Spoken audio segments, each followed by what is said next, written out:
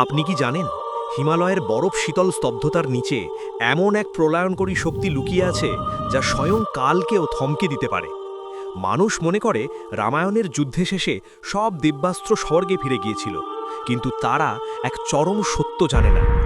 একটি অস্ত্র, মহাবিশ্বের সবচেয়ে ভয়ঙ্কর মারণাস্ত্রটি আজ ওই মর্ত্যলোকেই রয়ে গেছে, আর তার পাহারাদার হিসেবে ত্রেতা যুগ থেকে আজও অতন্দ্র প্রহরায় বসে আছেন স্বয়ং পবনপুত্র হনুমান।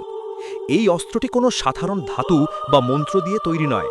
পুরাণ মতে সৃষ্টির বিনাশ কামনায় মহাদেব শিব যখন প্রলয়নকরী তাণ্ডব নৃত্য শুরু করেছিলেন, তখন তার ললাট থেকে ঝরে পড়া ঘাম আর মহাপ্রলয়ের অগ্নির সংমিশ্রণে জন্ম নিয়েছিল এই কালান্তক ত্রিশূল। কিন্তু কেন লঙ্কার যুদ্ধে রাবণের বিরুদ্ধে এই ত্রিশূল ব্যবহার করা হলো না? এর পিছনে লুকিয়ে আছে এক ভয়ঙ্কর রহস্য। শ্রীরামচন্দ্র জানতেন, যদি এই ত্রিশূল একবার লঙ্কার মাটিতে ব্যবহৃত হয়, তবে পৃথিবীর মানচিত্র থেকে লঙ্কার নাম নিশান চিরকালের জন্য বিলীন হয়ে যাবে। সৃষ্টিচক্রের ভারসাম্য রক্ষার তাগিদেই এই মারণাস্ত্রকে তখন গোপন রাখা হয়েছিল। হাজার বছর ধরে হিমালয়ের এক দুর্গম গোপন গুহায় হনুমান ধ্যানে মগ্ন। তার নিথর দেহের চারপাশে ত্রিশূল থেকে বের হওয়া এক অদ্ভুত রক্তিম আভা খেলা করে।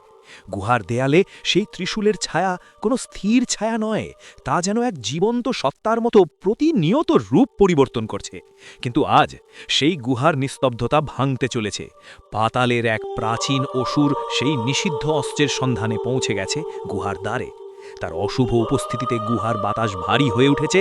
ঠিক তখনই হাজার বছরের ধ্যান ভেঙে হনুমানের চোখের পাতা খুলে গেল। সেখানে ভক্তির বদলে আজ রুদ্রের প্রলয়নকরী অগ্নি জল জ্বলছে। কিন্তু গদা হাতে হনুমান রুখে দাঁড়ানোর আগেই গুহার অন্ধকার চিঁড়ে এক অতি প্রাকৃত কণ্ঠস্বর ভেসে এলো। স্বয়ং মহাকাল শিব সেখানে উপস্থিত। তার গম্ভীর কণ্ঠস্বর যেন আকাশ বাতাস কাঁপিয়ে গর্জে উঠল। হনুমান, সময় শেষ। আমার আমারত আমাকে ফিরিয়ে দাও। কলিযুগের প্রলয় শুরু করার সময় হয়েছে। একদিকে আরাধ্য প্রভুর আদেশ, অন্যদিকে জগৎকে ধ্বংসের হাত থেকে রক্ষা করার শপথ।